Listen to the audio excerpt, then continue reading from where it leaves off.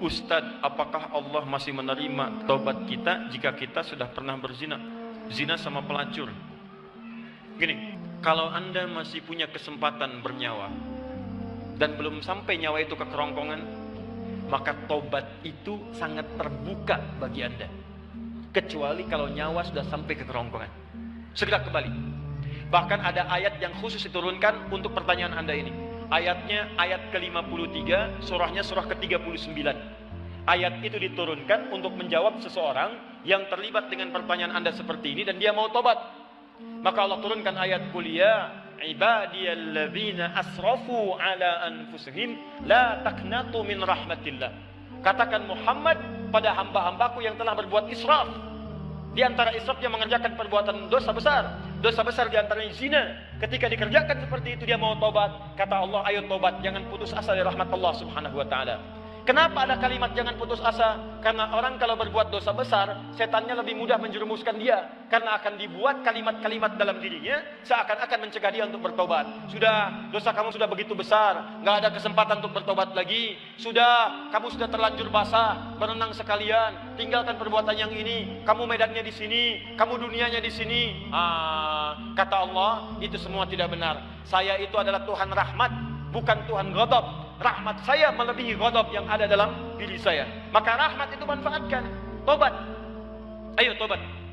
Saya katakan, jangankan Anda, pelacurnya pun. Maaf ya, duhai perempuan-perempuan dimanapun Anda berada, yang terjebak dalam pengaruh setan untuk menjajakkan dirinya, sehingga disebut dengan pelacur. Maaf, saya tidak ingin memperindah bahasa ini.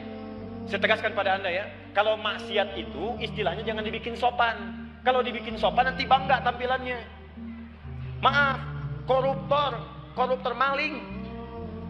Ketika dibuat koruptor, dipakein jaket kuning, cuma pakai jaket, masya Allah, enak banget senyum-senyum bawa tas. Kontingen koruptor Indonesia bawa tas, senyum, foto-foto, bilang maling. Samakan dengan ayam. Kenapa orang pencuri ayam disebut maling? Pencuri uang ratusan miliar triliun disebut dengan koruptor. Walaupun mungkin maknanya berbeda, tapi kalimatnya diperindah. Maaf, perempuan menjajakan diri di malam hari jangan disebut kupu-kupu, nggak ada hubungan. Kupu-kupu aja nggak begitu. Ya, sebut aja dengan bahasa yang menjijikkan itu sehingga orang menjauhinya. Pelacur, selesai. Laki-lakinya apa? Jangan dipersempit. Buaya aja nggak begitu. Udah sebut aja misalnya pria jahat, pria buruk, pria pezina, selesai. Katakan pezina. Begitu disebut pezina, dia akan menjauhi perbuatan itu. Ayo, tempat-tempat zina, sebut aja begitu.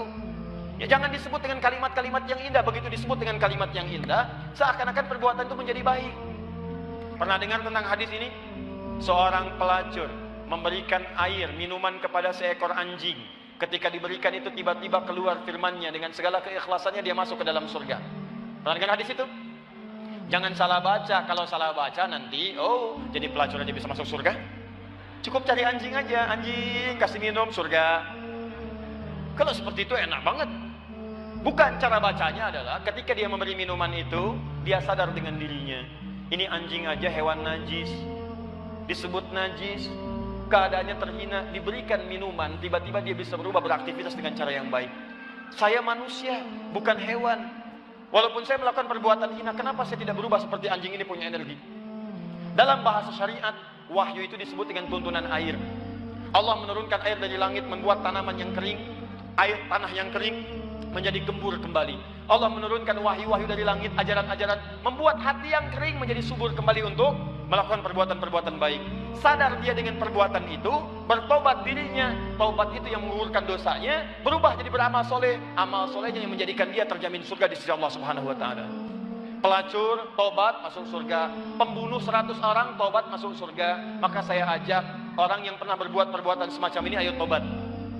Ada kesempatan, segerakan. Jangan ditunda.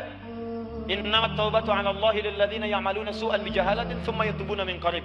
Orang tobat itu kalau pengen cepat diterima tobatnya, begitu dia terfikir tobat, segera tobat saat itu. Kalau siang ini Anda sadar salah, tobat, jangan tunggu malam. Karena boleh jadi ketika Anda merencanakan malam, maut datang lebih cepat daripada apa yang Anda pikirkan.